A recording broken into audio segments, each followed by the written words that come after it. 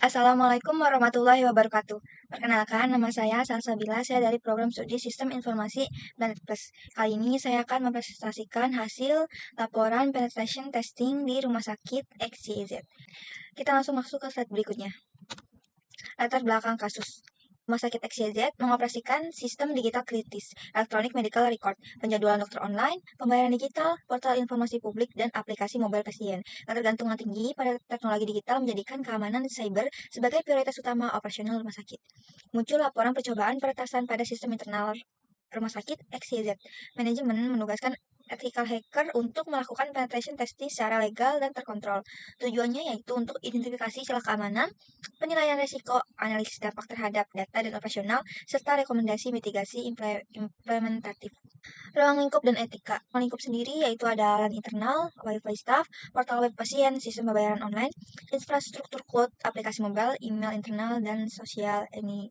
Yaitu mengacu pada Undang-Undang PDP, Undang-Undang ITE, serta Permenkes Rekam Medis Elektronik dan Standar ISO atau IEC 2701. Ada batas etis, yaitu tidak mengganggu layanan pasien aktif, log audit lengkap dijaga, serta sesuai rules of engagement yang telah disepakati. Yang terakhir ada privasi dan kepatuhan. Data pasien dianonimkan dan tidak disebarkan. Seluruh temuan dijaga kerahasiaannya sesuai perjanjian kerahasiaan. Metodologi dan template pengujian. Yang pertama ada metodologi standar, yaitu menggunakan PTS, yaitu Penetration Testing Execution Standard, serta ada OASP Testing Guide untuk aplikasi web, dan NIST SP 800-115 sebagai panduan teknis keamanan. Yang kedua ada fase awal 1-7 hari, yaitu ada pre-agreement untuk 2 hari, yaitu mempersiapkan kontrak dan ruang lingkup. Intelligent gathering 5 hari, yaitu untuk pengumpulan informasi pasif dan aktif. Lanjut ada yang ketiga fase inti, yaitu 8 hari ke-8 sampai 19, yaitu ada vulnerability analysis 4 hari untuk identifikasi celah sistem, serta exploitation terkontrol 8 hari, yaitu untuk simulasi serangan nyata secara legal. Fase terakhir yaitu ada 20-28, yaitu post exploitation analysis 4 hari untuk analisis dampak dan pergerakan lateral. Lanjut ada reporting 5 hari untuk dokumentasi temuan dan rekomendasi mitigasi. Pengumpulan informasi dan pemindaian. Temuan pemindaian yaitu tahap untuk mengumpulkan informasi dilakukan untuk memetakan kondisi awal keamanan sistem rumah sakit XYZ. Melalui OSINT ditemukan email staff, subdomain aktif, metadata file, serta layanan RDP dan telnet yang terbuka ke internet. Setelah itu dilakukan pemindaian aktif menggunakan Nmap, Nessus, WhatsApp, Zap, Nikto, Aircloud, Sodan, dan Burp Suite. Hasil menunjukkan adanya 47 host aktif, 312 port terbuka, 127 temuan kerentanan, ruang akses point, Wi-Fi dengan password default, serta kelemahan pada aplikasi web. Temuan ini membuktikan bahwa sistem rumah sakit XYZ masih memiliki kebocoran informasi teknis dan konfigurasi keamanan yang perlu segera diperbaiki. Ini adalah tabel pemindaian. Temuan kerentanan faktor manusia dan infrastruktur jaringan RSXYZ. Yang pertama ada phishing staff admin. 51% staff admin dari 45 orang mengklik tautan phishing palsu. 6 dari 8 resepsionis memberikan akses remote tanpa verifikasi identitas yang memadai. Yang kedua ada kebocoran kredensial, yaitu 24% staff menyerahkan username dan password pada halaman login palsu. Tim penguji berhasil masuk ke ruang server fisik akibat pemeriksaan tamu yang lemah. Yang ketiga ada segmentasi jaringan lemah. Jaringan medis dan administratif tidak tersegmentasi dengan baik.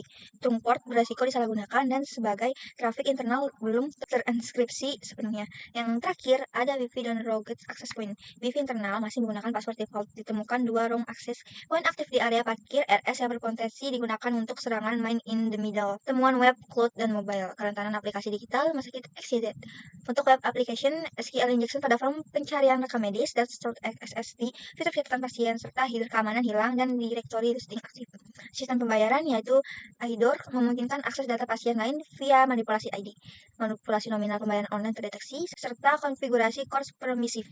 Lanjut ada cloud infrastruktur. Cloud Strong dapat diakses publik tanpa autentikasi. Hak akses akun pengelola belum dibatasi. Risiko kebocoran data rekam medis. Nah, terakhir ada mobile aplikasi.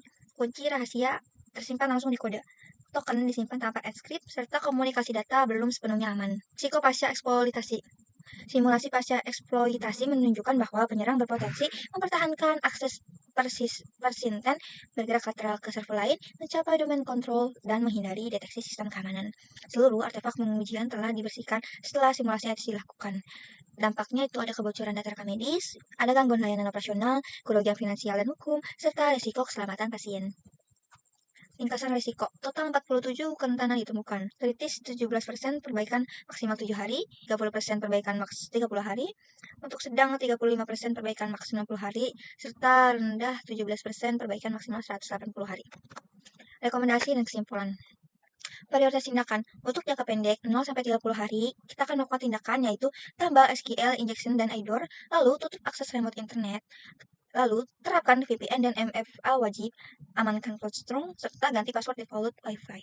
Yang kedua ada jangka menengah 30-90 hari. Yang pertama untuk pisahkan jaringan medis dan admin, yang kedua untuk pelatihan keamanan cyber staff, yang ketiga perkuat SIEM dan monitoring, yang keempat ada review konfigurasi aplikasi web. Serta untuk jangka panjang 9-180 hari yaitu yang pertama untuk bangun SOC 24 jam. Kedua, ada terapkan Zero Trust arsitektur. Yang ketiga, ada integrasi keamanan sejak awal pengembangan aplikasi. Yang keempat, ada susun rencana pemulihan krisis cyber. Kesimpulan, RSXYZ membutuhkan pembenahan keamanan serius. Celah berasal dari teknologi, manusia, prosedur, maupun konfigurasi. Mitigasi bertahap akan melindungi data, layanan, dan mengurangi risiko hukum serta operasional. Kesimpulan dari penetration testing yaitu rumah sakit XYZ membutuhkan pembenahan keamanan cyber yang sangat serius dan menyeluruh. Celah keamanan ditemukan dari berbagai aspek seperti teknologi, faktor manusia, prosedur operasional, serta konfigurasi sistem. Dengan total 47 kerentanan teridentifikasi, 8 kritis, serta 14 tinggi. Mitigasi bertahap yang terstruktur sangat diperlukan untuk melindungi data rekam medis pasien, menjaga kelangsungan layanan operasional, serta mengurangi resiko hukum finansial. Implementasi rekomendasi secara konsisten akan membawa RSXYZ menuju ekosistem digital yang aman dan terpercaya. Itu dia presentasi saya, kurang lebihnya mohon maaf. Wassalamualaikum warahmatullahi wabarakatuh.